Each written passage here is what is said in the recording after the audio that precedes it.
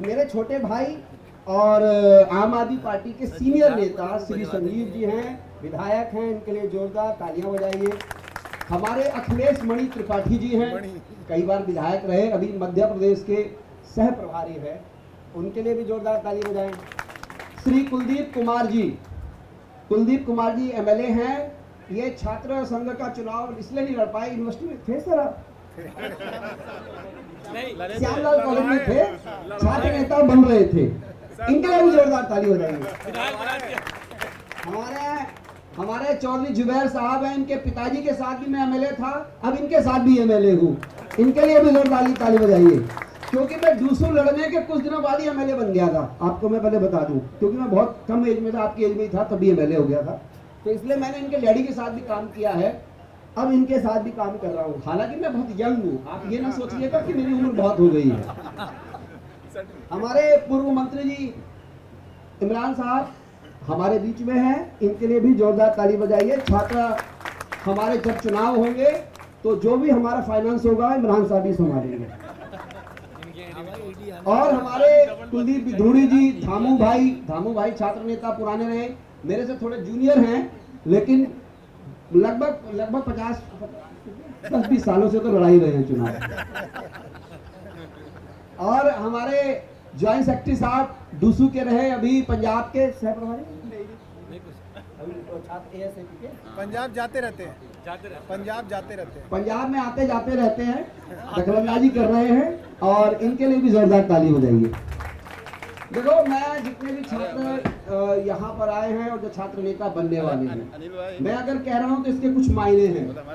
देखो, मैंने दिल्ली यूनिवर्सिटी में पढ़ाई की, शुरुआती दौर में बहुत अच्छा पढ़ता इसलिए नहीं था क्योंकि मुझे चुनाव बहुत लड़ने पड़ते थे। दूटा, हाँ, हमारे एक बात को भूल गया मैं, प्रोफेसर राजेश झा जी अभी राजधानी कॉलेज में पढ़ाते हैं और डूसू ईसी मेंबर रहे, सर ईसी मेंबर भी रहे ना। और प्रोफेसर साहब के लिए मैं ये बात बताना चाहता हूँ, जब मैं डूसू प्रेसिडेंट का चुनाव लड़ रहा था फाइनली, तो मेरे गारंटी देने में झा साहब थे उस समय, और ये रामजस कॉलेज के प्रेसिडेंट थे। हमारे यहाँ तरुण झा भी आया हुआ है जो मोतीलाल कॉलेज का पूर्व अध्यक्ष रहा है, ये वीडियो बना रहा है। तरुण जो है सेक्रेटरी था मोतीलाल कॉलेज का जी 2007 में, और प्रेसिडेंट था मोतीलाल कॉलेज का। अभी हमारा मीडिया सेल विधानसभा का इंचार्ज है, मेरे साथ ही आ गया था ये पार्टी में, ये भी काम कर रहा है। शुभेंदु जी हैं, विमलेंदु जी डूटा सेक्रेटरी हमारे बीच में, डूटा के सर जी, आप इधर तो शकल तो दिखा दो। जैसे आपको एबीवीपी के छात्र विंग आपकी तैयार होगी और एबीवीपी के टीचर विंग से लड़ना पड़ेगा, तो हमारे प्रोफेसर ही आपकी मदद करेंगे, ये मैं आपको बतला रहा हूँ, क्योंकि वहाँ गड़बड़ियाँ बहुत होंगी। अभी एक बार बैठेंगे सर, मैं बस नौजवानों से यही रिक्वेस्ट करना चाहता हूँ। देखिए, मैं हैरान था, पिछली बार मैं यूनिवर्सिटी गया तो मुझे अध्यक्ष जी ने बताया चुनाव लड़ सकते हैं, तो मैं ऐसे ही चुनाव में गया। अभिषेक कुमार, ये क्या नाम है, हाँ, अभिषेक कुमार, जानवी जी और कुणाल त्यागी, अयान राय और पंकज ढींगरा, इनको अग्रिम शुभकामनाएं हैं। ईश्वर करे आप ताकतवर तरीके से यूनिवर्सिटी में काम करें। अबे आवाज बढ़ाओ थोड़ी यार, आवाज ठीक करो, ये माइक ले लीजिए। और मैं चाहता हूं कि एएसएपी में आप लोग आए हैं, आप ये देखिए जितने लोग यहाँ बैठे हैं, यकीन मानिए इतने लोग बहुत होते हैं दूसरों चुनाव को जिताने के लिए, बहुत होते हैं अगर ईमानदारी से आप लग जाओगे तो। मैं खासकर गर्ल्स कैंडिडेट से कहना चाहता हूं, मैं जो हमारे यहाँ जो छात्र नेता बनेंगी आगे भविष्य में, उनसे कहना चाहता हूं, आप चीजों को पलट सकती हैं, आपकी मेहनत हमारे लिए एक बहुत बड़ा हथियार बनेगी। मैं बता रहा था आपको, मैं यूनिवर्सिटी गया, मैंने पिछली बार देखा कि जो 26 साल पहले जब मैं चुनाव लड़ रहा था, जब रेखा गुप्ता प्रेसिडेंट लड़ रही थी और मैं डूसू का वाइस प्रेसिडेंट लड़ रहा था, उस समय जो एबीवीपी के मुद्दे थे 26 साल पहले, सेम वही मुद्दे अभी भी थे। सौरभ सर, वही मुद्दे थे। क्या था मुद्दा, मैं इसलिए अध्यक्ष जी बताना चाहता हूं आपको, जब आप प्रेस करेंगे या बातचीत करेंगे तो उस समय बहुत फेमस नारा था, सेव कैंपस, हमें कैंपस को सुरक्षित करना है, एबीवीपी ऐसा बोलती है। ये नारा था कि नहीं था पिछली बार, बताओ। ये नारा पिछली बार भी था, ये भी एबीवीपी से लड़े थे, मैं भी एबीवीपी से चुनाव लड़ा, सेम वही नारा था। दूसरा नारा क्या था? राष्ट्रीय पुनर्निर्माण के संदर्भ में छात्रों की भागीदारी बढ़ेगी। ये स्टाइल से बोलते हैं, जरा वो बहुत ऐसा करके स्टाइल से बोलते हैं। और कुछ लोग उनके ऐसे बोलते हैं, कैसे हैं, ठीक चल रहा है, व्यवस्था कैसी है ऐसा नाटक करेंगे। ऐसा घर जा करके हमें घर जाना है, हमें भोजन करना है, हमें जो है ऐसे संबंध बनाने हैं जैसे पारिवारिक संबंध है, उसी बीच में बहुत सारी चीज लूट लेते हैं ये लोग। ये ऐसे ही एनएसवाई के लोग हैं। ये कैंडिडेट नहीं ढूंढते, वो ढूंढते हैं कि पैसे वाला कौन है। और देखिए, हम किसी सौंदर्य के खिलाफ नहीं है, देखते हैं को स्मार्ट सी लड़की कौन है, चाहे कुछ हो ना हो, पैसा उसके पिताजी के पास कितना है। जब एबीवीपी से मैंने कहा भाई मुझे चुनाव लड़ाओ, कह रहा तू तो यार देखने में ठीक नहीं है, काला टाइप का, कबूटा, छोटा से कद का, तू कैसे जीतेगा। मैं कहा ऐसे कैसे हो जाएगा, मैंने देश में लोकतंत्र है कि नहीं है। मैंने कहा अगर देश में पैसों की ताकत पर लोकतंत्र जीता जाता तो इस देश में अडानी और अंबानी प्रधानमंत्री बन जाते, हालांकि इनडायरेक्टली वही है अभी, है ना। उस समय के हिसाब से कोई डालमियाज बन जाते प्रधानमंत्री। अगर खूबसूरती पर चुनाव होता तो मेरे समय में नरसिम्हा राव प्रधानमंत्री थे, तो मैंने कहा प्रधानमंत्री नरसिम्हा राव कैसे बनते हो, देखने में भी ज्यादा अच्छे नहीं थे। अगर सौंदर्य प्रतियोगिता से ही कोई देश का लोकतंत्र जीता जाता तो ऐश्वर्या राय या सुष्मिता सेन बन जाती, गृह मंत्री या प्रधानमंत्री। उस समय सुष्मिता सेन और ऐश्वर्या राय वर्ल्ड क्या होता मिस वर्ल्ड और मिस पृथ्वी बनी थी। हाँ वही जो भी है समझ लो। तो वो दोनों बनी थी उस समय।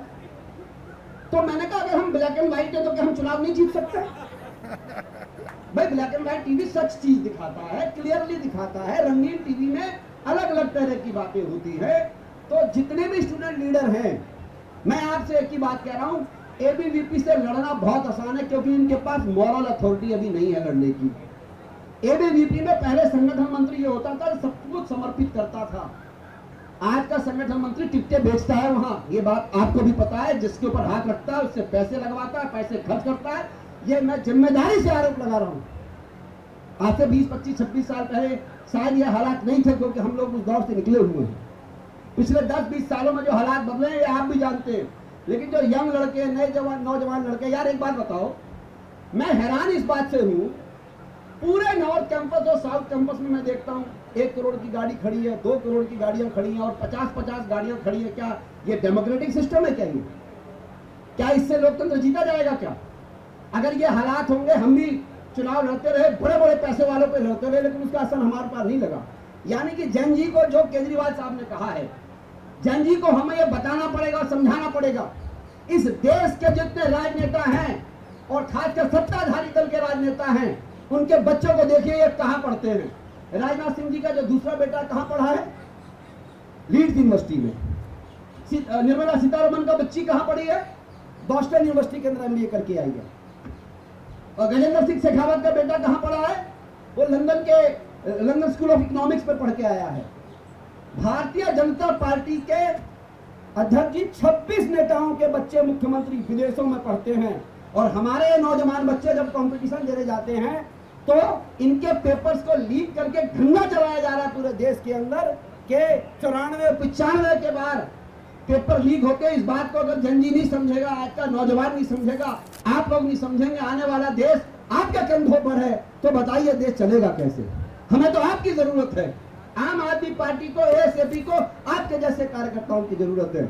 और मैं कहता हूं अरविंद केजरीवाल का संकल्प, सौरभ भारद्वाज जी का संकल्प, हमारे मंच पर बैठे हुए नेताओं का संकल्प सिद्धि तब होगी, तब हमें लगेगा कि आप में से 5-10 लोग हमने छात्र नेता ऐसे खड़े कर दिए जो भविष्य की आम आदमी पार्टी की तस्वीर और तकदीर होगी। आप में से ही तो हम लोग बनाएंगे। हमारी पीढ़ियां कैसे चलेंगी आगे? मैं ये देखता हूं, एबीवीपी मुझे बता दे कि पिछले 26 सालों में कितने दलित नेता खड़े कर दिए इन्होंने, कितने दलित नेता खड़े किए। बाबा साहब के संविधान को मानने वाले और उनके कॉन्स्टिट्यूशन पर चलने वाले मैं नौजवानों को कहना चाहता हूं, देखिए पैसों के ताकत पर लोकतंत्र अगर बिक गया तो लोकतंत्र का मायने खत्म हो जाएगा। ये दिल्ली यूनिवर्सिटी से याद दिलनी चाहिए। अरे भाई, आप डॉक्टर देते हो, इंजीनियर देते हो, क्लर्क देते हो, प्रबुद्ध समाज वर्ग का निर्माण करते हो, उसकी एवज में कोई सरकार हमको 2 रुपए की चीज मुहैया कराती है तो क्या हम पर एहसान करती है? यह हमारा हक है और उसमें भी अब डकैती पड़ रही है। इसलिए मैं कह रहा हूं, संकल्प से सिद्धि का जो कार्यक्रम किसी की बात की बपोती नहीं है, जो कुछ पार्टियां बड़ी बड़ी आ गई हैं और झूठे नारे लगाती हैं। और यहाँ पर ड्रामा बहुत है। मैंने एबीवीपी के लोगों को देखा, दिल्ली सरकार के लोगों को देखा। अभी मोदी जी ने कह दिया पेट्रोल की जो है व्यवस्था खराब है, हमें राष्ट्रभक्ति दिखानी है, पेट्रोल बचाना है, तो दिल्ली सरकार के मंत्रियों ने साइकिल पे चलना चालू कर दिया। मैंने कहा भाई कितने दिन तक साइकिल पे चलोगे? अब मुझे डर इस बात का लग रहा है, कल को मोदी जी ने भाषण दे दिया कि हमारे देश में कपास का उद्योग खतरे में पड़ गया है, कपड़ा उद्योग बचाना है, तो डर के मारे में कपड़ा बनियान कच्चा निकाल के भागने लग जाएंगे। क्या कहेंगे? मोदी जी ने कह दिया, कह रहे साइकिल छोड़ देंगे, अब कह रहे कपड़ा पहनना छोड़ देंगे। ये आरक्षण की बात, महिला आरक्षण की बात सुनिए, प्रोफेसर साहब ये बताने की बात है। देश में महिला आरक्षण किसको मिले? पूरा नाटक किया चुनाव में।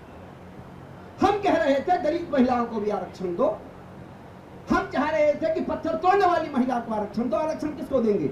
जो इंडिया गेट के गगनचुंबी इमारतों में रहने वाली, लगभग 7-8 करोड़ के फ्लैटों में रहने वाली उन महिलाओं को आरक्षण मिलेगा जिन्हें चाहिए नहीं, या 5 स्टार होटल में 50,000 रुपए देकर जुम्बा क्लासेस करने वाली महिलाओं को आरक्षण मिलेगा, या स्मृति ईरानी को आरक्षण चाहिए, या कंगना रनौत को आरक्षण चाहिए?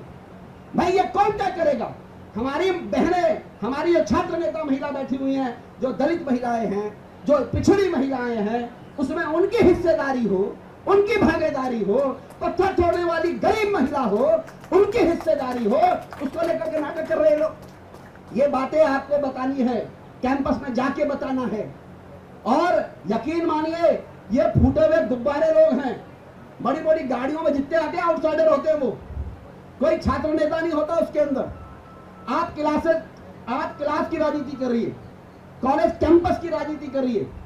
ये चौक चौराहे पर खड़े होकर के जो एबीपी वाले हवा बनाते हैं, इनकी हवा से बचने की जरूरत है। एक टाइम था, टाइम और एनएसवाई का पता ही नहीं चलता मुझे ये है किसके साथ। कांग्रेस वाले कई जगह बीजेपी से मिलकर चुनाव लड़ रहे हैं, कहीं इनको लग रहा है कि आम आदमी पार्टी से लड़ लो। तो ये सब आपको समझना पड़ेगा। आज मेरे को और नेता भी हैं, क्योंकि मेरा अपना अनुभव है। मैं खुद सत्यवती कॉलेज से 3 बार चुनाव जीता, फिर डूसू का चुनाव लड़ा, बीपी का लड़ा, प्रेसिडेंट लड़ा, फिर ईसी मेंबर भी रहा, और एक लंबा अनुभव है। बस आपसे कह रहा हूं, मन लगा के मन पूर्वक हमें दलित छात्रों को, ओबीसी छात्रों को, जो दिव्यांग छात्र हैं उनके बारे में बात करनी है, महिला छात्रों के बारे में बात करनी है। और दबंगों को, ये लफंगे जितने आते हैं ना इलेक्शन में कुछ टाइम के लिए, इनसे भी हमें आंख से आंख मिला के बात करनी है। तो मैं समझता हूं कि आज मेरा इतना ही है, और मुझे मौका दिया पार्टी अध्यक्ष ने, तो मैं इस चुनाव में अगर लड़ाया गया तो जो मेरा अनुभव है मैं वो प्रवास करूंगा। और मेरी उम्मीद है, आप देखिएगा, आप में से एएसएपी के कुछ ऐसे नेता निकलेंगे इस कैंपस में बैठे हुए, जो आने वाले 10 सालों में आम आदमी पार्टी के बड़े नेता साबित होंगे। बहुत बहुत शुक्रिया, बहुत बहुत धन्यवाद। बोलिए भारत माता की, भारत माता की, बहुत बहुत धन्यवाद।